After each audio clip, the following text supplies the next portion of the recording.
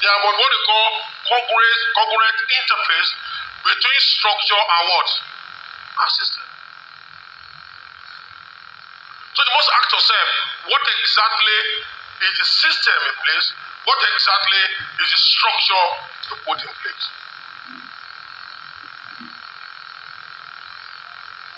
So one of the problems we have is that you can have a structure, but you don't have a system. What technology that drive this your structure? How do you communicate between the MD to the head of operation?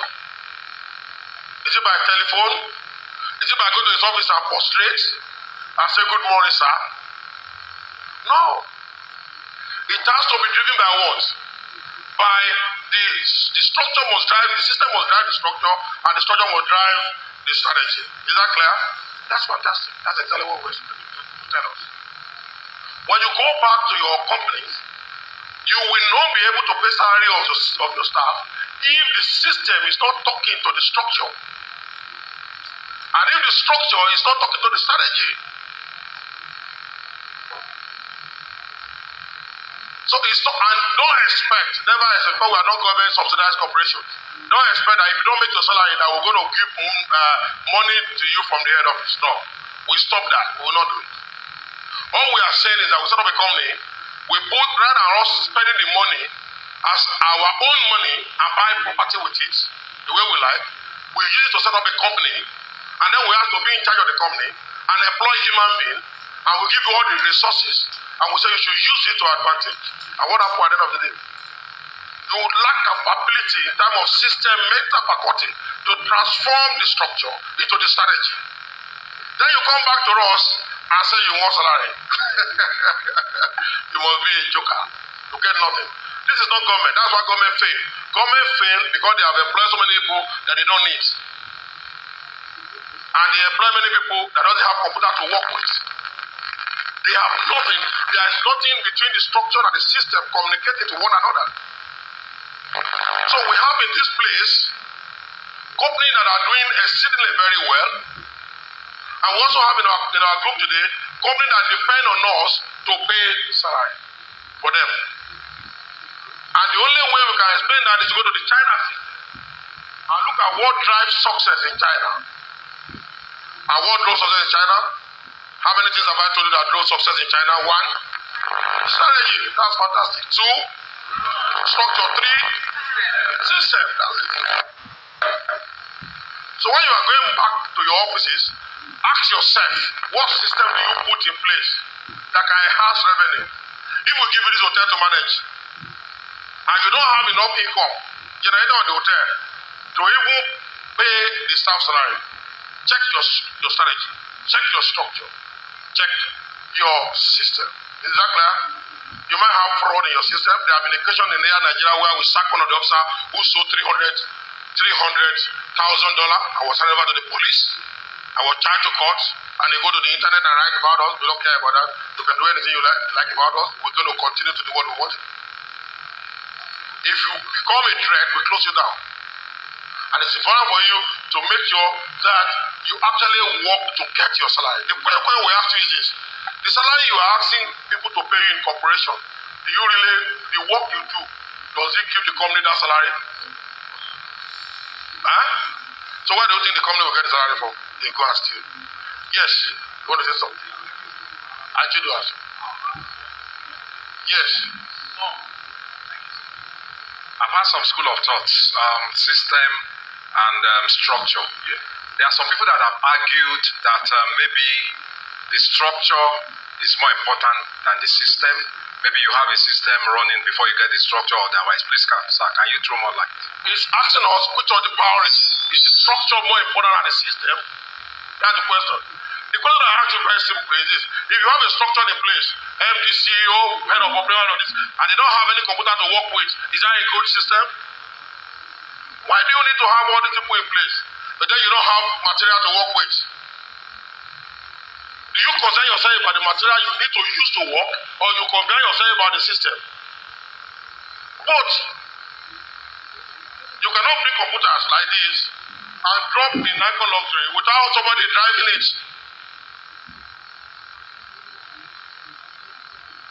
Tell me, If you cannot, if nobody to drive this computer, who exactly is the person that will be able to do the computer and drive it to success?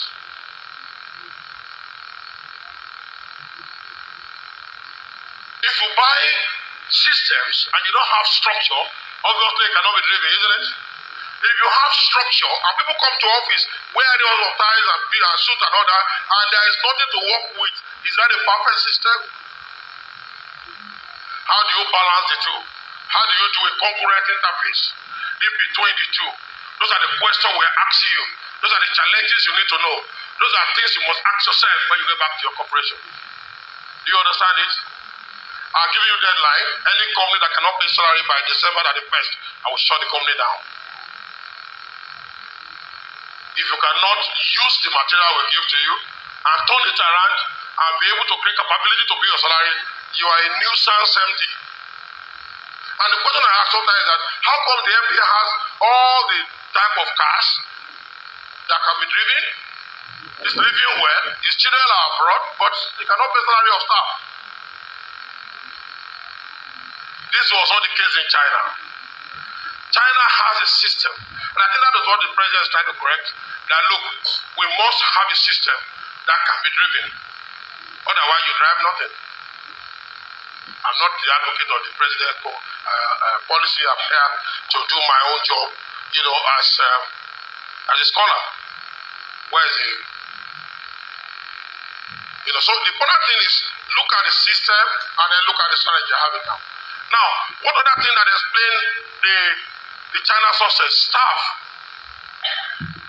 In China today, an average Chinese does not earn the salary that you earn today.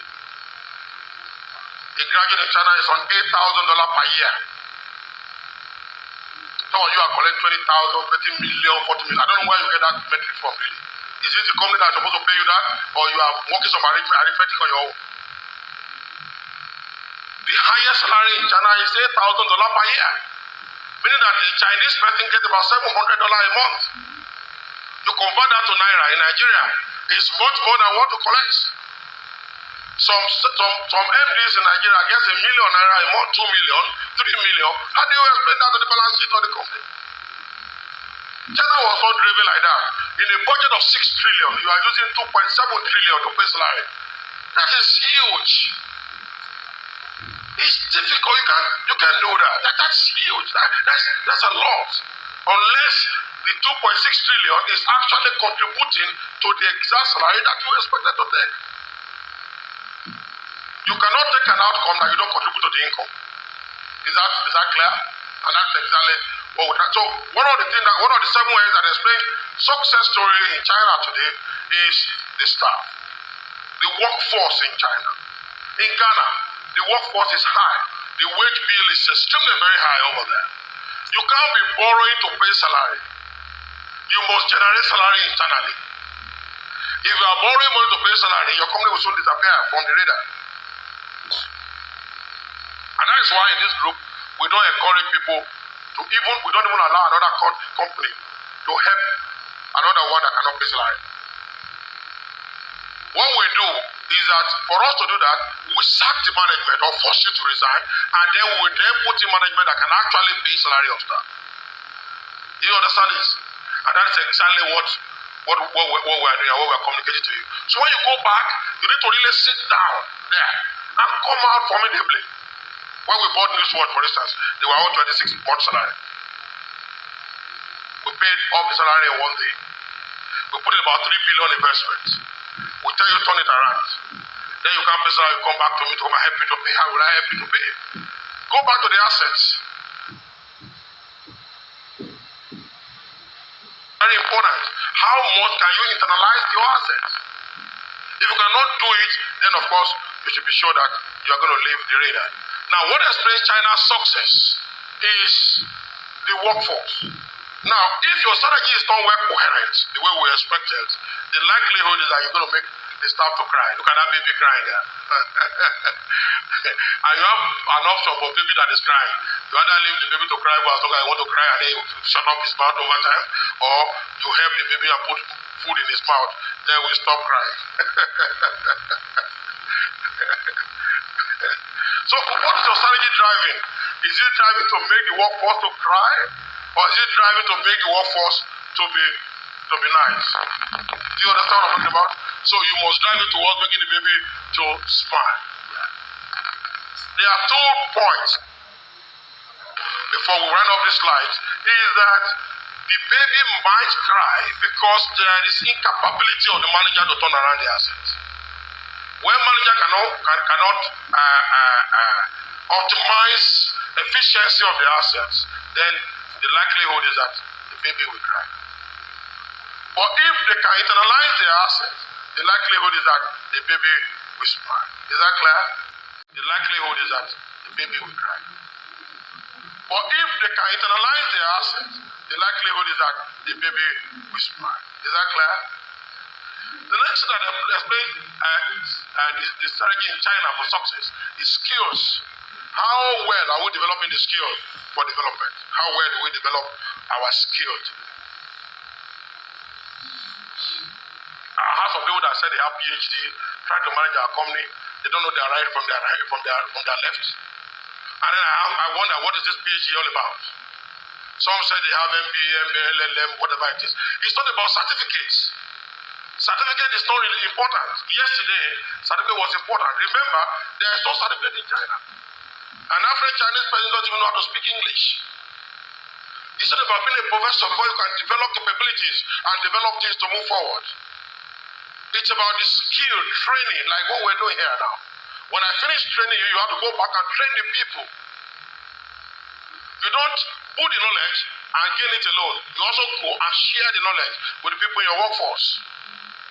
The skill must develop. I must congratulate many of you very well for doing a very good job. I mean, if you have 16 companies and you have one of them crying, I think that's a very good cry, isn't it? I mean, only one company has come to cry here out of 16 companies that we run. That's a fantastic cry. We don't guarantee, we're not the Lord Jesus Christ, that everybody will be well, in the 16 companies. We actually expected to close down some. And then manage some. Skill development, mental capability, intellectual loading is key to development of corporate identity that will be relevant for sustainable growth. It's not, when I give you the case study, some of you don't contribute 1 or 2. Some of you did 3, 4 posts on the WhatsApp. I laugh. Why do I laugh? I laugh because we have a 45-page case study. You're supposed to do a minimum of 2 postings per page. If you do that, you will have posted 100 times. If you don't read the case study, then you do 1 or 2, and say you have read it. You are empty out inside there. If you cannot develop your mental capability, it is difficult for you to develop. You need to develop. You need to develop your skill. You need to develop mental faculty. You need to come up, with strategy for growth that, think about the skill. Your strategy must be explained to the staff. Your budget must be part of the staff. Your navigating strategy model should be things that goes down roots to the staff. But understand, in the corporate management, we are not democracy. We don't practice democracy. What do I say? There is no democracy in corporation. What do I say? So don't expect your rights. Don't expect all those things. There's no democracy in corporation. So what you have in the corporation is not also brutality, but some level of pattern of allowing intellectual display of material knowledge. Are we clear? No democracy in corporation. If you are looking for democracy, go to PDP or APC or whatever, you go and do that. We don't do democracy within our organization here. So if I take a decision, don't tell me it's democratic or it's not democratic. I don't do democracy in a corporation. Any corporation that will be democratic will fail. Where you have to vote before you. When you came for your journey from Ghana and Sao Tome, did you voted? I saw the MD came alone from Sao Tome. MD, how many of you that came with you in Sao Tome? You came alone. You draw the allowance alone. Then you shop alone.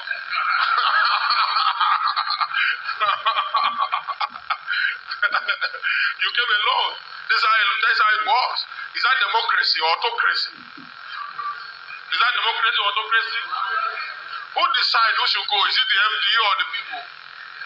So there's no democracy. Where is MD of NICO? How many people that came with you? No, before I asked you to bring more people this morning. We are just 12. What's the workforce? Don't worry, you can sit down quietly. Is that democracy or autocracy? This is how it works in corporation. In government, it's different. Government is about service to the people. Corporation is about service for strategy of survival and profitability. What distinguishes corporation from government is that government is not a profit entity. But private sector is thrive on what? On profits. If you don't have profitability, there's no sustainability. Government is forever sustainable, whether it is profitable or not. But here, that explains to you the system in China. And that is why China is not governed by democracy. That's the reason why I'm bringing out that to your knowledge. That China front-load people from the political class to run the public enterprise. Do you understand it? So China is not too much worried about American democracy or British democracy. But if Nigeria should go the way China is doing, Britain would have shouted and said that is not democratic. America would have shouted and said, democracy is it or nothing. But they cannot do that to China because they know China is the biggest country in the world. The Chinese president visited British Prime Minister recently. There were a lot of fantastic arrangements to receive him. But before, it wasn't so. But things have changed. If you are the leader of your game, you will soon be the democracy of your arrangement. If you are the leader of your game, you will soon define your own democracy. And that is exactly what we're talking about. So we see some of the decisions we take. It's not about JIMOH Ibrahim wanting to be a nice man. I can never be a nice man all my life. But I will take decisions that I need to take no matter who is down. And as leaders, corporate leaders, you need to do that. GE went to India to invest on ultrasound machine, for the benefit of the Indian people. It doesn't matter what happened, whether they are even making profit or not. But what happened at the end of the day, they decide to make sure that is done. So China is not very democratic like the Western world.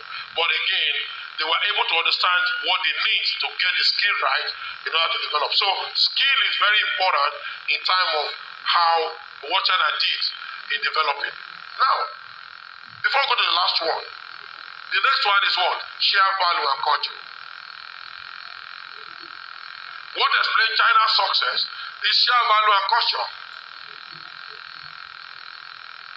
One major reason that explains China's success is share value and culture. What is Chinese value? Are you aware of Chinese food all over the world? When you go to America or London and you travel, you go to a restaurant, you are looking for what? Where you can eat what? The television asked me when the gentleman came to the hotel, whether they should show that. I said, why should you do that? Film them, film us. Share value. Report them, report us. Simple.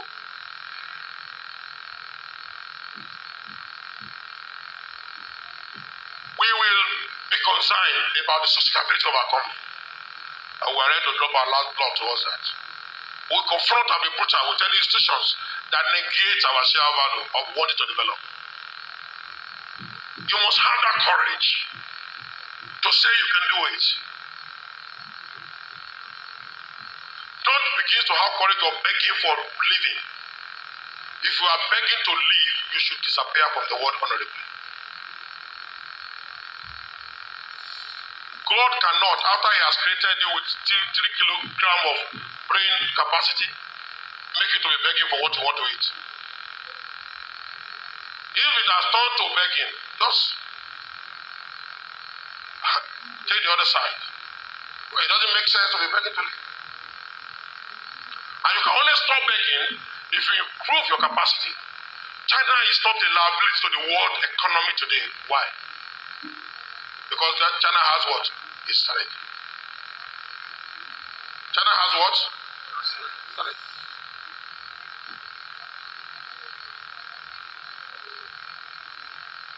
So, as I'm going to round up this side of the, before I go to the critical lecture, this is not the critical lecture, I'm just trying to make you happy by telling you about China and all that. You know, I'm going to tell you more about the inside, why we're here. And I expect you to go back to your corporation and do exactly what we have to do. And then I will stop telephoning in the office. Stand up, and you just stop that habit. If it happens again, I will dismiss you on the spot.